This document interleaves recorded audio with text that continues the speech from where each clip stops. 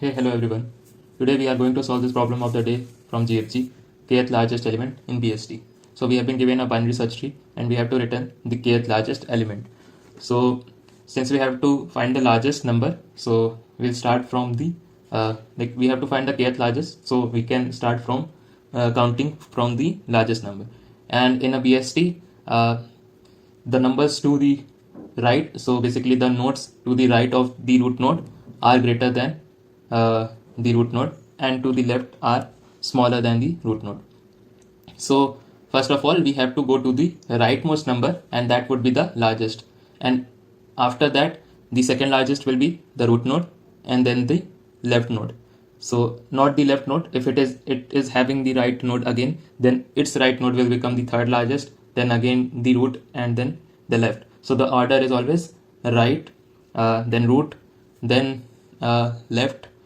So basically in that also we need to check if it is having the right node or not. So this is how we can get the decreasing order of a BST. So basically we have to do a depth first search. So we have to go to the rightmost node of each root and then come back to the root and then go to the left node, and again we will have a DFS there. So let me select C++.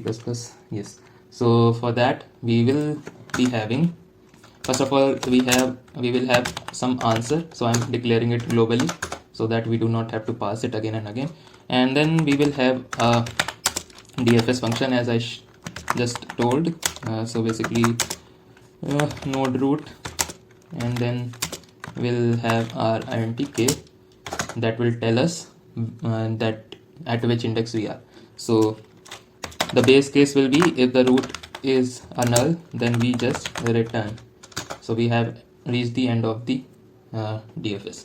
And next, as I told, we have to first go to the right node. So we will go basically to the right node, right, and with the value k. Now once we have come back from the right node, we know that we have visited one number that is larger than the current number. So what we can do is decrease our index. So for this example we'll start with 4 and we will go to 9, and then this function will again be called. Now 9 is also not null, 9 will go to right again, and the 9's right child will be a null, so this will return back here and we will subtract. So we have counted one number, that is 9. Now what we can do,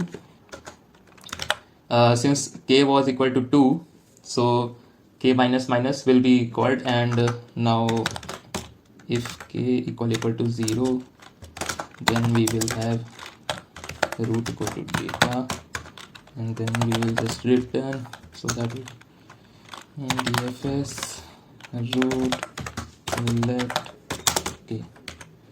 Now let me explain it again. So after we have reached the right child of 9 is also null, we'll return back to our call of 9 and we will subtract it by 1. So k was initially 2 and it becomes 1. So we have found our largest number and we have subtracted it from here. Now we will go to its left child. So we do not also have its left child as well. So we go back. Now for the call of 4, we have visited the right side, and whatever numbers were present towards the right have already been counted. So now we will count the number 4. So whatever will be its order will be counted with respect to the value of k. So the k has become 1 now, because we have seen that there were one node towards the right of 4. So this becomes the second largest number. When we subtract 1 from 1, it becomes 0, and we see that our answer is equal to 4, and we just return back from this call.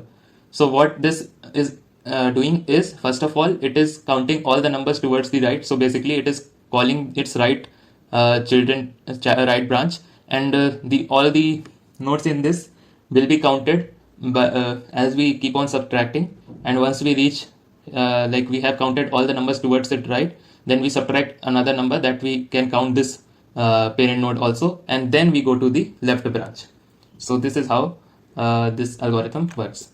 Now we just need to call the DFS with the root and the k value, and finally we will return our answer stored in the value variable answer. Fine, it gets accepted and it also passes all the test cases. So this was all for the solution. Hope you liked it. Thank you for watching. See you tomorrow.